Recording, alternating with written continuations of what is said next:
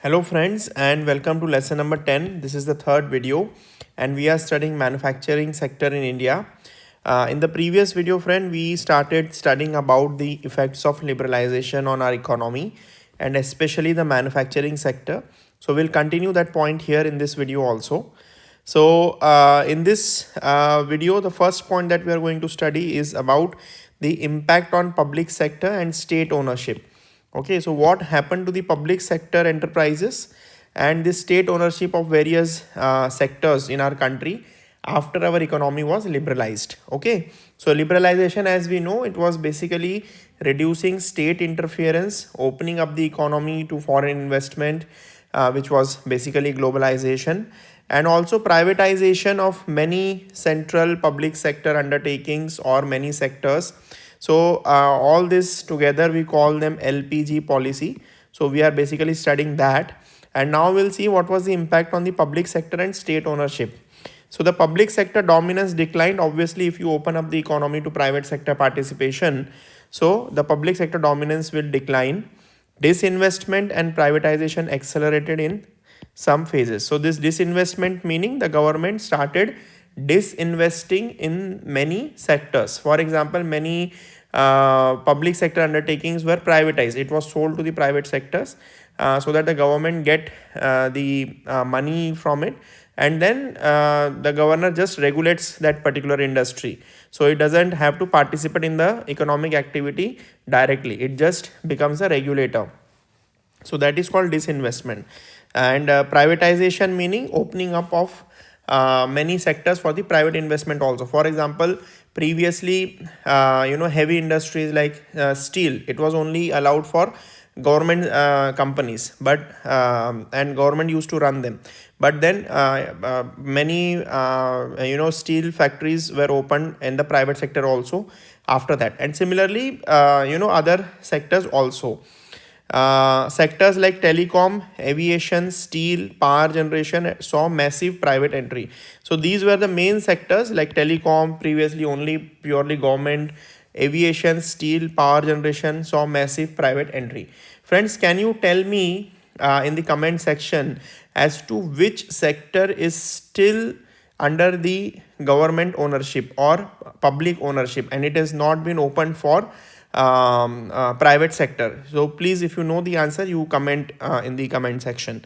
Then PSUs shifted from sheltered monopolies to competitive firms. So previously what used to happen was that since only government was allowed to operate in that particular sector, so the PSUs, meaning public sector undertakings, meaning government companies basically, they were kind of working as monopolies because only they were present in that sector and no private competition was allowed. So that's why they were called sheltered monopolies, because they were there because of the support of the government, because of the regulation, because of the rules. So that's why they are called sheltered monopolies, means because of some support. Now it shifted from these sheltered monopolies to competitive firm. Now they have to become competitive, because private sector people are also participating, who are basically more efficient, more profit oriented. So now they also need to move towards such competitive firms. Though many still struggle due to legacy issues, but they could not become as competitive as some private firms because of many legacy issues, because of red tapeism, because of old attitude and old habits. So the PSUs could not grow to that level which it should have. Increased states regulatory role. So as I told you that now the state became a regulator only, and not direct participation in the economic activity. Now it became a regulator that will regulate the sector. Reduce direct role in production. Okay, direct role in the economic activity. Now impact on employment and labor markets. So this is another important area where we have to see the effect of liberalization, what happened. So friends, again and again I am repeating this, when we talk about when I am saying liberalization, I mean LPG and not just L. Okay, just keep that in mind. But since the UPSC syllabus says effect of liberalization, we are again and again saying that. But when we talk about liberalization, it means privatization also and globalization also. So let us see what is the impact on employment and labor markets. This is one of the mixed or negative effects. In fact, see, in the opening line only, I'm telling you that the effect on employment generation and efficiency of labor market, or how labor markets develop. The effect has been mixed, not so good effect, not very positive, in fact negative effects we have seen. So services expanded faster than manufacturing. Please keep this in mind. Okay, this is very, very important. Indian economy has followed an idiosyncratic growth path whereby we have directly jumped from agriculture dominance to service sector dominance, and we have missed the manufacturing sector. So services expanded faster after this than manufacturing, and that's why service surpassed manufacturing sector, and it created a skill biased demand. And since service sector is highly skill oriented sector, it is not labor intensive, it is skill intensive. So there was a demand for high skills, and there obviously was skill gap in our labor force, and therefore employment was not generated as much. So it favored educated workers rather than the uneducated labor class people.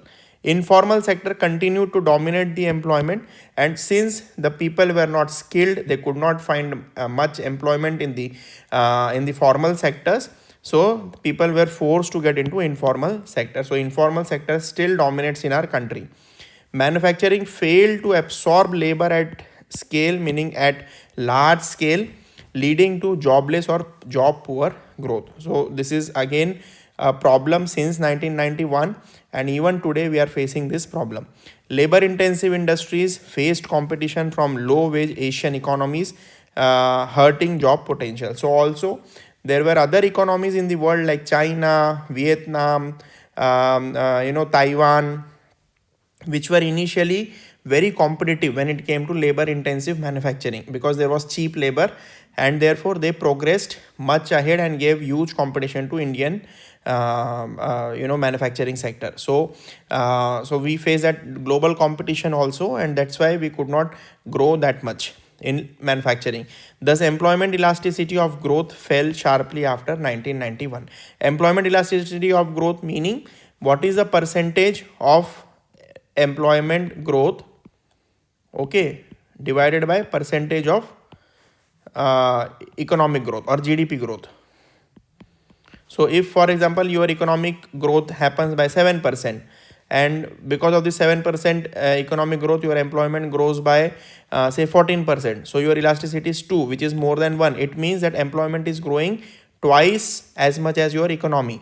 But if this employment growth was only 3% and the economic growth was say 6%, so it is 0.5, elasticity is 0.5, meaning the employment is growing only half that of the GDP growth or economic growth. So in that case it is inelastic growth. So employment elasticity of growth fell after 1991, meaning it became less, meaning GDP grew faster than the employment growth. So that is the meaning. Impact on technology and innovation and productivity. This is another area. See, for any economy to achieve a long-term growth path, it needs to adopt technology, it needs to have innovation, and it needs to increase its productivity. It doesn't matter how much more labor you have, it doesn't matter how much more capital you have, it doesn't matter how much more money you have. After a point of time, what matters is how much advanced you are, how much you are productive, how much you are efficient, how much you are innovative, how much you are techno savvy. That is what matters at the end of the day. So, and this what I'm talking to you is, in economics we call it the Solo's growth model. So this is a very, very fundamental growth model that we study in pure economics sciences. That is a Solo's growth model. So technology, innovation, and productivity are very, very important. And what was the impact on these three things? That's why we are studying it here. Okay. And what was the impact of that? We'll see here. So technology adoption accelerated, meaning we improved adoption of technology due to competition, FDI, and global integration. So since now we are open to the other countries also, so we adopted their technology, we learned from them, and we became more competitive. We increased our productivity by adopting technology. For example, previously if the textile industry was dominated by say handlooms, now we adopted power looms, so we could produce more textile, more cloth. So that is just an example. Similarly, machinery, technology will always help to increase your productivity. So technology adoption increased after the liberalization policy. Telecom revolution post 1991, IT revolution post 1995, and fintech revolution post 2015 all built on liberalization foundation. So the foundation which were built in 1991 and what we are seeing today, various revolutions, IT revolution, fintech revolution, all these things are built on the foundations which were laid in 1991. So on technology and innovation and productivity front, we have done well. Productivity improved across multiple sectors like finance, telecom, steel, cement, auto. Across sectors, productivity has increased. The economy shifted from capacity constraint to efficient driven economy. Okay, so this is what we saw.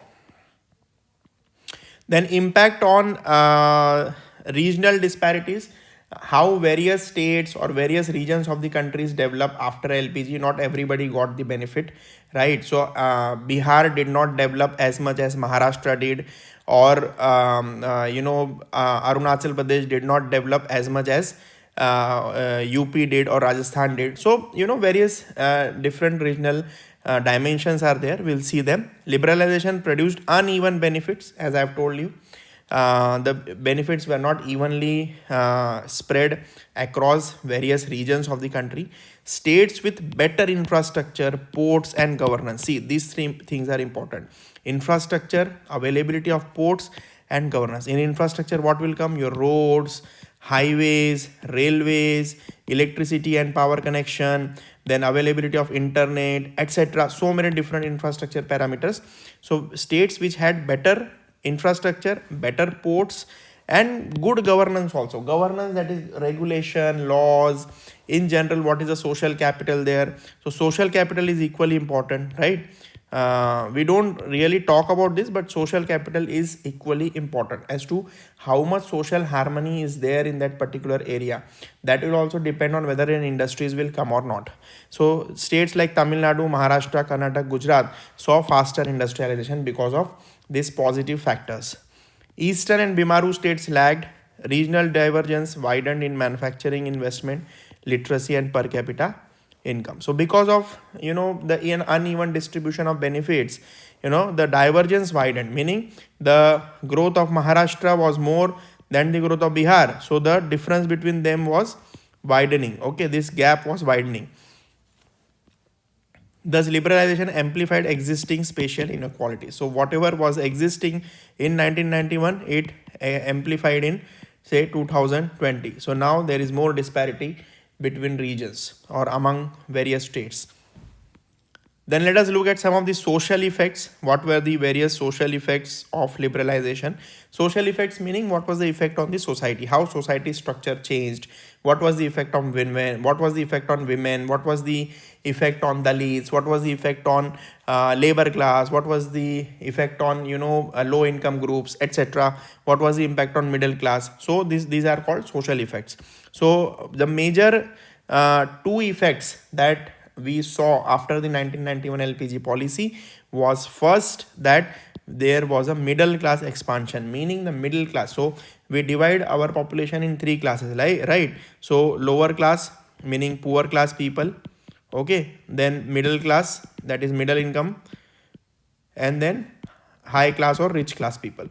So this middle, initially our social structure was that large number of people were into this, and very few were here and few were here. Now this gap, this middle class widened, meaning this lower class people moved from lower to middle, and because of more jobs, better productivity, etc. So middle class expanded, and second was consumption boom. And middle class is a class which does a lot of consumption. Okay, it is an aspirational class. Please keep this in mind. So the majority of consumption demand that comes in our country is from the middle class, right? So it can be food, it can be beverages, it can be entertainment, it can be railway tickets, it can be bus tickets, it can be so many other things. So there was a consumption boom also. Whenever middle class expands, consumption boom will automatically happen. So growth of large consuming middle class, consuming middle class meaning they started consuming things. So now your income has increased, you will start going to movie theaters. Your income has increased, you will start going to parks, you will start going to you will start traveling, you will start consuming tourism, you will start going to restaurants. So your consumption will increase. You will start buying motorcycles, cycles, cars, a house. So your demand will increase as your income increases. So explosion in demand for cars, mobile phones, electronics, housing, travel. Right now, what I told you, rise of credit economy, retail loans, housing finance, credit cards also increase, because now the middle class started taking loans to purchase house, to purchase cars, right? For various other reasons. India became a consumption-led economy. So now we became a consumption-led economy. Still today, we are consumption-led economy, a direct byproduct of 1991 reform. What are the various criticisms and unintended outcomes? So 1991 reforms, did not have some outcomes which were intended. So there are some criticisms. Growth benefited skilled workers. This we have seen far more than the unskilled. Rising inequality or asymmetry. Agriculture remained largely unreformed. So we only focus on manufacturing. We did not focus on agriculture. Widening the rural-urban gap. Then MSMEs faced intense foreign competition, often without support, and dependence on global capital plus imports increased vulnerability. So we became dependent on foreign investments, imports for a lot of inputs and a lot of things. So it increased our vulnerabilities, because it is very dangerous that we depend on others. Environmental stress increased due to industrial expansion, pollution, land acquisition, right, mining, etc. Despite success, liberalization left substantial gaps in equitable development. So we could not see equitable development. We could not see inclusive growth. Okay, this we could not see. So this is the problem, and the inequality widened. Okay, so the poor became more poor and the rich became more rich. So that was the problem. And here is a food for thought for us, is that we have to think that if liberalization accelerated growth, why didn't India's manufacturing or job creation keep pace? So this is something we need to understand. We need to analyze why we accelerated our GDP growth, but we could not benefit our manufacturing or job creation. As I told you, like jobless growth or job poor growth. So, and we benefited directly the service sector. We could not benefit the manufacturing sector as much. Why did that happen? So that is a question that is still bugging our country. It is still bugging us. We are trying to work on it, but there is some issue. And a lot of, this was the first generation reforms. After that, second generation reforms, third generation reforms. And today we are talking about the fourth generation reforms also. They are coming up. So we are bringing up reforms in various sectors. It is not just one thing that, you will change the labor laws or you will change the industrial policy, that investment will happen and employment will be generated. It needs reforms across various sectors, like financial sector, banking sector, how you deal with insolvencies, how you, give licenses, how is the ease of doing business.